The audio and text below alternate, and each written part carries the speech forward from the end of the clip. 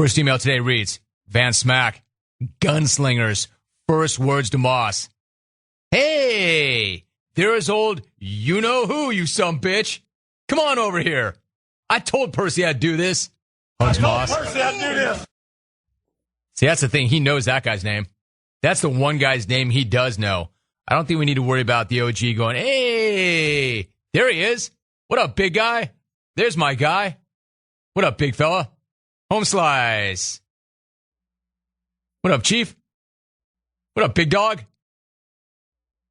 Yo, now it's a party. Yo, playa. Look out. No, he's got Randy Moss. He knows him.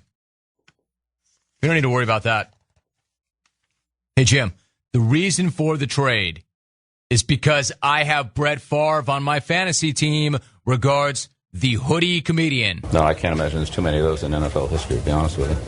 Plus offensive and defensive touchdowns. Yeah, it's a good day for the fantasy football. It's actually priceless.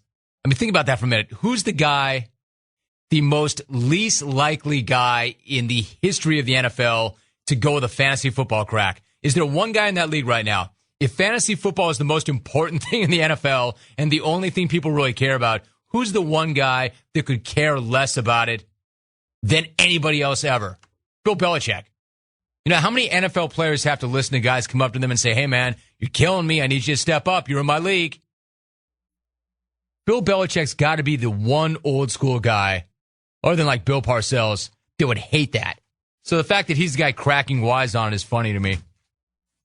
Brian in Chicago. Today is the best day of my life. Signed, the guy who still wears Randy Moss's jersey to the Dome for the past 6 years. No, because that guy thought he was cool representing. It's not cool now. Now he looks like he's trendy, like he's a bandwagon. Romy, this is the hood man at his finest. Selling high, getting maximum value. Dude got Moss for a fourth rounder 3 years ago. Don't worry. I'm sure the hood man told Tommy he'd do this. Joe from the Valley. Hey, look, there's something to that, by the way. It's a great point. It's a great point. They stole him a few years back, got maximum production for him until he was of, well, no value anymore because he's in a bad place mentally, and they knew that when they brought him in. This is what Randy Moss does. He comes in, he has a new attitude, he produces, he's motivated, he gets a deal, and then the deal runs out, he can't get a new one, then he goes to a bad place, and then they get what they can for him while they still can. I mean, that was vintage Hoodman. And as far as Tommy, you know, on the one hand, I'd look at it and say, Tom Brady got locked up, signed his deal, and they just took his biggest deep threat. Can't be happy about that, right? But he's Tom Brady. You don't think that they went to him before they made that deal and said, hey, Tommy, what do you think? He probably says, as long as you don't ask me to cut my hair, I'm good. And let me check with the wife, see what she thinks.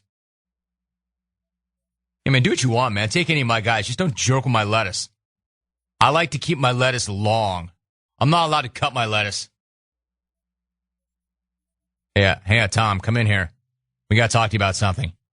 Oh, coach, man, it's not the lettuce, isn't? No, lettuce is fine. We want to move Randy Moss. Oh, that's fine. That's cool. Thank God. I thought you were going to ask me to cut my hair. Oh, no, you can move him. I don't even look his way anyway anymore. I got Wes. I'm all good. Now, honestly, there's probably something to that. I'm saying that nobody is bigger than that organization except Tom Brady. So I'm guessing he knew what was going on. Rome, the Vikings trading for Randy Moss was a very stupid move. Everybody knows that wide receivers need an entire training camp or more to get used to his rocket arm. Sign that stupid caller who doesn't know anything about football or how the show works. Tony in Albuquerque. Triple U, the very gassy dude on the elliptical machine in front of me this morning while I was running. No.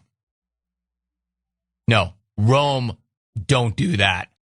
That's a warning, Tony. I know you email every single day. That's a warning. We're not going to start with that. Alvin, get me to break. You're listening to The Jim Rome Show. All right, this time I'm looking for your telephone calls. You've got a couple of really good topics. Today's a good day for phone calls. I don't have to have them. Trust me, I'm loaded. I got plenty. But I want you to get in here and take a shot. Do you like that trade or not? From Minnesota standpoint, do you like that trade or not? You've got a team that's already behind the eight ball, but they're going to have weapons. Sidney Rice ultimately will come back. Brett Favre has not done a real good job so far because he got started late and he was out of sync. He has not done a good job of getting in sync and getting on the same page with his wide receivers. The one guy he trusts most of all right now is his tight end. That's not going to get it done. So he's going to get a great weapon in Randy Moss. I think he's going to get a motivated weapon in Randy Moss. Again, we know guys like T.O. and Moss, when they first show up and they get a new area code and a new opportunity, they're at their very best. They're on their best behavior. They're dialed in. They want to prove somebody wrong. They want to get a new contract. That's when you want to get those guys. It worked for the Patriots when they brought Moss in. And at 33, where he might not be that guy he used to be, there's something about Moss. When he wants to, he dials in and finds that gear. Question is, though, how long is it going to take Moss and Favre to get on the same page when it's taken Favre over a month to get on the same page with his wide receivers? And really, he hasn't done it yet.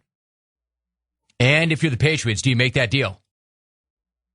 You know, I would not be lulled into, we just hammered a rival in their house. We don't need this guy. You know, him not making a catch is not the same as him doing nothing.